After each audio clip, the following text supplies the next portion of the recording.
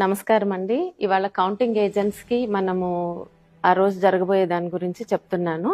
So first మీరు counting agent గా ఉదయం 6 గంటలకల్లా కౌంటింగ్ రూమ్స్ కి హాల్ కి వెళ్ళిపోవాలండి. మీతో వెళ్తున్నప్పుడు మీరు తీసుకువెళ్లాల్సినవి ముఖ్యంగా ఇది 18 డిక్లరేషన్ ఫామ్. ఇక్కడ మీరు ఆ రిటర్నింగ్ ఆఫీసర్ దగ్గర సంతకం చేయాల్సి ఉంటుంది. సో ఈ ఫామ్ తీసుకువెళ్ళండి. తర్వాత మీకు ఐడి ఇస్తారు, ఐడి బ్యాడ్జ్ అదొకటి. తర్వాత Aadhaar or any photo ID, అలాగే ఒక బుక్లెట్ ను పెన్ మీరు నోట్ చేసుకోవడానికి. మీ దగ్గర 17C ఫామ్స్ ఉంటే గనక పోలింగ్ బూత్వి అవి ఇవన్నీ తీసుకోండి. ముందే భోంచేయండి, టాబ్లెట్స్ తీసుకొని లోపలికి వెళ్ళండి. సెల్ ఫోన్స్ తీసుకువెళ్ళొద్దు. ఒకసారి కౌంటింగ్ ఏజెంట్స్ మీరు లోపలికి వెళ్ళాక బయటికి రావడానికి ఉండదు. సో అలాగే మీ బ్యాడ్జ్ మీద ఉన్న నెంబర్, అంటే మీకు ఏ టేబుల్ నెంబర్ అనేది ముందే తెలుస్తుంది, ఏ టేబుల్ నెంబర్ వద్ద కూర్చుంటారో. సో మీరు ఆ టేబుల్ దగ్గరే కూర్చోవాలి, ఇంకెక్కడికి తిరగడానికి ఉండదు. సో ఇప్పుడు లోపలికి వెళ్ళాక కౌంటింగ్ హాల్ సెటప్ గురించి చెప్దాం. సో మీరు లోపలికి సైన్ చేసి వెళ్ళాక ఇలా హాల్లోకి వెళ్ళాక ఇదంతా రెడ్ కలర్ లో ఉన్నది ఫెన్స్ ఉంటుందండి. అంటే దీని లోపల ఓన్లీ ఎలక్షన్ కమిషన్ అపాయింట్ చేసిన వ్యక్తులు మాత్రమే ఉంటారు. మీరు కౌంటింగ్ ఏజెంట్ గా కూర్చునేది ఈ ఫెన్స్ బయట. ఇక్కడ చైర్స్ ఉంటాయి మీకు. మీ టేబుల్ నెంబర్ ఏదో చూసుకోండి, ఇలా 1 2 3 దాని ఎదురుగా వెళ్ళి అక్కడ కూర్చోవాలి. సో ఫస్ట్ రోలో జాతీయ పార్టీలకు సంబంధించిన వాళ్ళు కూర్చోవచ్చు, సెకండ్ రోలో స్టేట్. సో ఇక్కడ కూర్చుని మీరు నోట్ చేసుకుంటారు ప్రక్రియ అయ్యే వరకు. సో నెక్స్ట్ వచ్చేసి ఇక్కడ 14 టేబుల్స్ ఉంటాయి. సో ఇది ఎమ్మెల్యే సెటప్ ఒకటి ఉంటుంది, ఎంపీకి ఒక కౌంటింగ్ హాల్ ఉంటుంది. సో 2 కౌంటింగ్ హాల్స్ ఉంటాయి. సో ఎక్కడైనా సరే 14 టేబుల్స్ ఉంటాయి. ఈ 14 టేబుల్స్ లో ఒక్కొక్క టేబుల్ వద్ద మీకు ఒక కౌంటింగ్ సూపర్వైజరు, కౌంటింగ్ ఆఫీసరు, ఒక అబ్జర్వర్ ఉంటారన్నమాట. అలాగే ఒక రిటర్నింగ్ ఆఫీసర్ ఉంటారు, ఒక అసిస్టెంట్ రిటర్నింగ్ ఆఫీసర్, మన ఏజెంట్, ఇంకొక ఏజెంట్.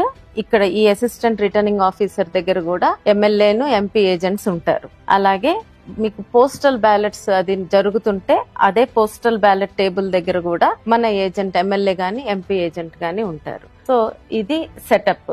ఇప్పుడు కౌంటింగ్ ప్రక్రియ గురించి అండి. సో మొదట కౌంటింగ్ అనేది పోస్టల్ బ్యాలెట్స్ తో మొదలవుతుంది. మీకు 7 నియోజకవర్గాలు ఉన్నాయనుకోండి, ఒక పార్లమెంట్ పరిధిలో 7 కౌంటింగ్ హాల్స్ ఉంటాయి. అలాగే ఎమ్మెల్యేవన్నీ విడిగా జరుగుతాయి, ఒక హాల్లో జరుగుతుంది. ఎంపీ కౌంటింగ్ విడిగా జరుగుతుంది. సో పోస్టల్ బ్యాలెట్స్ ఒక ఎమ్మెల్యేకి అదే హాల్లో పక్కన కొన్ని టేబుల్స్ వేస్తారు, అంటే ఒక 4-5 టేబుల్స్ వేసి పోస్టల్ బ్యాలెట్ కౌంటింగ్ జరుగుతుంది. పోస్టల్ బ్యాలెట్స్ ఆర్ఓ ఆఫీసర్ ఆధ్వర్యంలో జరుగుతుంది. అలాగే మన ఏజెంట్స్ కూడా ఉంటారు అక్కడ. సో అది ఒక మొదలుపెట్టిన అరగంటకి 30 నిమిషాల తర్వాత ఈవీఎం మెషిన్ కౌంటింగ్ స్టార్ట్ అవుతుంది. సో ఇప్పుడు ఆ ఈవీఎం మెషిన్ కౌంటింగ్ ఎలా ఉంటుందో చూద్దాము. ఎంపీకి ఏమో విడిగా ఇంకొక రూమ్ లో పోస్టల్ బ్యాలెట్ కౌంటింగ్ జరుగుతూ ఉంటుంది. అక్కడ కూడా ఆర్ఓ అధికారిను, మన ఏజెంట్స్ ఉంటారు. సో ఇప్పుడు ఈవీఎం కౌంటింగ్ ఎలా జరుగుతుందో చూద్దాం. సో మీకు ముందుగానే మీ టేబుల్ నెంబర్ ఏదో మీకు తెలుసు కదా. సో ఆ టేబుల్ దగ్గరికి వెళ్ళి మీరు ఫెన్స్ బయట కూర్చొని ఉంటారు. ఇక్కడ సెటప్ ఇలా ఉంటుంది. ఇదిగోండి టేబుల్, ఉదాహరణకి టేబుల్ 1. ఈ టేబుల్ 1కి పోలింగ్ బూత్ 1 నుంచి 1వ కంట్రోల్ యూనిట్ వస్తుంది ఫస్ట్.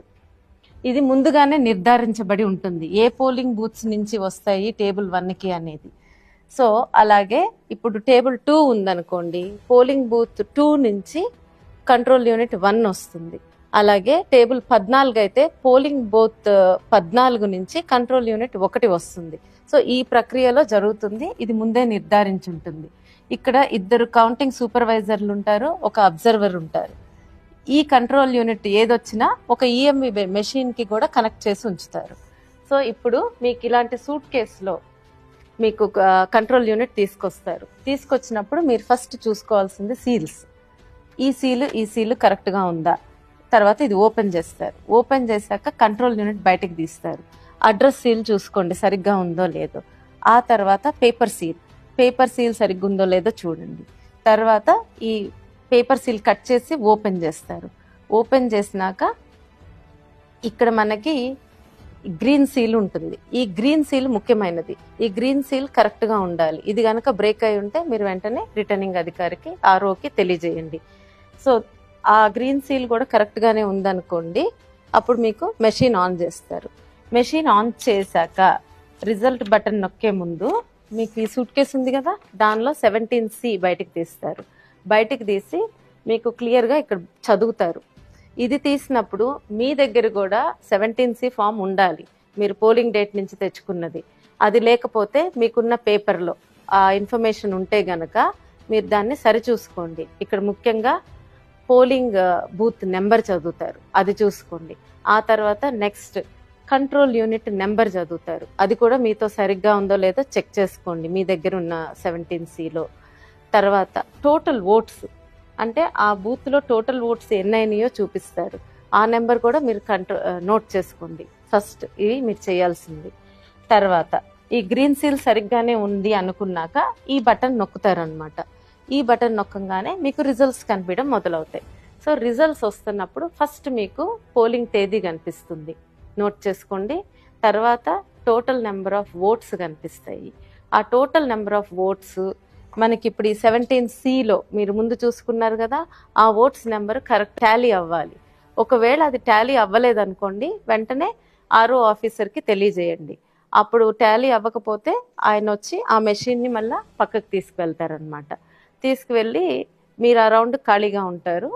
తర్వాత ఈ రిజల్ట్స్ స్టార్ట్ అవుతాయి, కనిపించడం స్టార్ట్ అవుతుంది మీకు. ఆ క్యాండిడేట్ 1, 2, 3 నోటా వరకు రిజల్ట్స్ డిస్ప్లే అవుతాయి. మీరు ప్రతిదీ మీ క్యాండిడేట్ది ముఖ్యంగా చూసుకొని అన్నీ నోట్ చేసుకోండి, నోటాతో సహా నోట్ చేసుకోండి. ఇవన్నీ ఏం ప్రాబ్లం లేకుండా జరిగిపోతే మీరు నోట్ చేసుకుంటున్నట్టే ఈ కౌంటింగ్ సూపర్వైజర్ కూడా 17C పార్ట్ 2 ఫిల్ చేస్తూ ఉంటారు, మీతో పాటు అన్ని రిజల్ట్స్ నోట్ చేస్తారు.